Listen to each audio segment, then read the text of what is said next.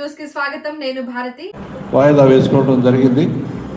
మరి అంటే అదే ఆశీర్వాద సభని రేపు అనగా 10వ తారీఖు నాడు అదే స్థలంలో మదర్ నియోజకవర్గం జగన్నాథపురం మట్కేపల్లి క్రాస్ రోడ్లో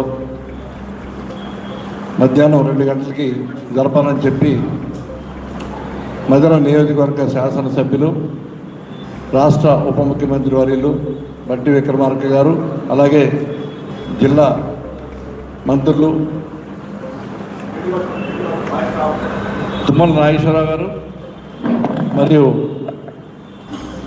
రెవెన్యూ శాఖ మంత్రులు పొంగులేటి శ్రీనివాసరెడ్డి గారు అందరూ కలిసి నిర్వహించడం జరిగింది. ఈ యొక్క రైతు ఆశీర్వాద సభకు రాష్ట్ర ముఖ్యమంత్రి అనుమల రేవంత్ రెడ్డి గారు వస్తున్నారు. ఆ రోజు వాస్తవంగా మొన్న 30వ తారీఖున జరగవలసినటువంటి ఆశీర్వాద సభ రోజు రైతు భరోసా ఇక్కడి నుంచే రాష్ట్రంలో ఉన్నటువంటి ప్రతి రైతు ఖాతాలోకి జమ చేయాలనే ఉద్దేశంతో ఆ రోజు ఆ యొక్క సభని మదర్ నియోజకవర్గంలో ప్రారంభించి ప్రతి రైతు ఖాతాలో కూడా డబ్బులు జమ చేయాలనే ఉద్దేశంతో అనుకున్నారు. ఆ రోజు వర్షం వల్ల వాయిదా పడటం వల్ల యథావిధిగా అదే కార్యక్రమాన్ని హైదరాబాద్లో ప్రారంభించి రాష్ట్రంలో ఉన్న ప్రతి రైతు ఖాతాలో కూడా డబ్బులు వేయడానికి 30వ తారీఖు నాడు హైదరాబాద్ వేదికగా శ్రీకారం చుట్టడం జరిగింది. మరి అలాగే రేపు 9వ తారీఖు కల్లా రాష్ట్రంలో ఉన్న ప్రతి రైతు ఖాతాలో కూడా డబ్బులు జమ కాబోతూ ఉన్నాయి. 9,000 కోట్లు ఈ రాష్ట్ర ప్రభుత్వం రైతు సంక్షేమం కోసం, రైతు భరోసా, రైతు పెట్టుబడుల కోసం ఇవ్వడం జరుగుతూ ఉంది. కాబట్టి 10వ తారీఖు నాడు ముఖ్యమంత్రి గారు మదర్ నియోజకవర్గానికి రాబోతూ ఉన్నారు. ఆ రోజు ఆ యొక్క బహిరంగ సభలో దాదాపు ఖమ్మం జిల్లాలో ఉన్నటువంటి రైతులందరూ, అలాగే కాంగ్రెస్ కార్యకర్తలు, అభిమానులు అందరూ కూడా మరి భారీ ఎత్తున కదిలి వచ్చి ఈ యొక్క రైతు ఆశీర్వాద సభలో రాష్ట్ర ప్రభుత్వాన్ని, ఈ యొక్క ప్రజాప్రభుత్వాన్ని ఆశీర్వదించడానికి భారీ ఎత్తున కథలు రావాల్సిందిగా విజ్ఞప్తి చేస్తూ ఉన్నాం. ఇప్పటికే రైతు సంక్షేమానికి కట్టుబడి ఉంది కాంగ్రెస్ ప్రభుత్వం. ఎన్నో పథకాలని సంక్షేమం కోసం తీసుకురావడం జరుగుతూ ఉంది. కాబట్టి రైతులంతా కూడా సుఖ సంతోషంతో ఉండాలని కాంగ్రెస్ పార్టీ ప్రభుత్వం కృత నిశ్చయంతో కోరుకుంటా ఉంది. దయచేసి 10వ తారీఖున ఖమ్మం జిల్లాలో ఉన్నటువంటి కాంగ్రెస్ శ్రేణులంతా కూడా మేము ఈ గ్రామాల్లో ఇప్పటికే ఒక కార్యాచరణ కాంగ్రెస్ పార్టీ తరఫున మనం రూపొందించుకున్నాం. ప్రతి బూత్ నుంచి కూడా ఎంతమంది రావాలి, ప్రతి గ్రామం నుంచి ఎంతమంది కదలాలి అని చెప్పి ప్రతి మండలానికి ఇన్ఛార్జీలు వేసుకున్నాం. ఆయా నియోజకవర్గాల్లో శాసనసభ్యులు సత్తుపల్లిలో రాఘవయ్య గారు, వైరాలో రామదాస్ నాయక్ గారు, మరి ఖమ్మంలో తుమ్మల గారు, పాలేరులో పొంగిరెడ్డి గారు, మధురలో బట్టి విక్రమార్క గారు స్వయంగా పర్యవేక్షణ చేస్తూ ఉన్నారు. మమ్మల్ని అందరినీ కూడా ప్రతి మండలానికి ఒక బాధ్యులుగా ఇప్పటికే నియమించారు.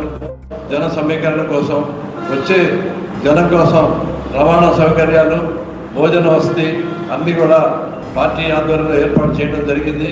కాబట్టి మీరందరూ కూడా ఖమ్మం జిల్లాలో ఉన్నటువంటి ప్రతి నాయకులు, కార్యకర్తలు భారీ ఎత్తున జన సమీకరణ తీసుకొచ్చి మరి ముఖ్యమంత్రి గారిని ఆహ్వానించి మన రాష్ట్ర ప్రభుత్వాన్ని ఆశీర్వదించడానికి రైతులందరినీ కూడా భారీ ఎత్తున తీసుకురావాల్సిందిగా ప్రతి ఒక్క కార్యకర్తకి విజ్ఞప్తి చేస్తా ఉన్నాం.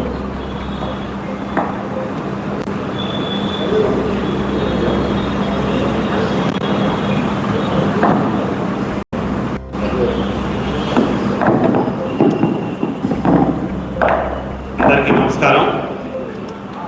గత నెల 30వ తారీఖున జరగవలసినటువంటి జగన్నాథపురంలో రైతు ఆశీర్వాద సభ మరి ఆ రోజు 2 రోజుల ముందు భారీ వర్షం పడడం వల్ల మరి వాయిదా వేయడం జరిగింది.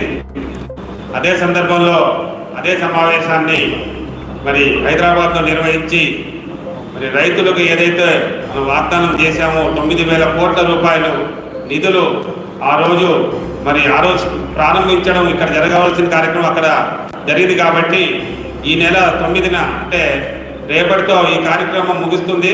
9,000 కోట్లు ప్రతి రైతు ఖాతాలో కూడా రేపు వేయడం జరుగుతుంది. కాబట్టి ఎల్లుండి అదే ప్రాంతంలో మరి జగన్నాథపురం క్రాస్ రోడ్లో రైతు ఆశీర్వాద సభని ఏర్పాటు చేయడం జరిగింది.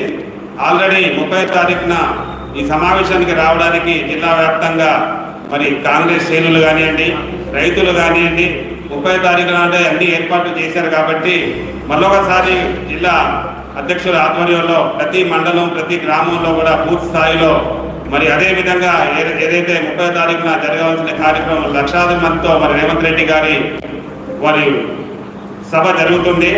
మరి ఆ సమావేశం మళ్ళీ కూడా మరి గత 2 రోజుల నుంచి మండల స్థాయిలో అన్ని చోట్ల కూడా మీటింగ్లు జరిగి మా కార్యకర్తల్ని నాయకుల్ని సన్నద్ధం చేసి ఈ సమావేశాన్ని మరి విజయవంతం చేయడానికి ప్రతి ఒక్కరూ కృషి చేస్తున్నాం. మీ ద్వారా కూడా ప్రతి ఒక్క రైతు కూడా వచ్చి ఈ సమావేశంలో పాల్గొని ప్రభుత్వాన్ని ఆశీర్వదించవలసిందిగా విజ్ఞప్తి చేస్తున్నాం.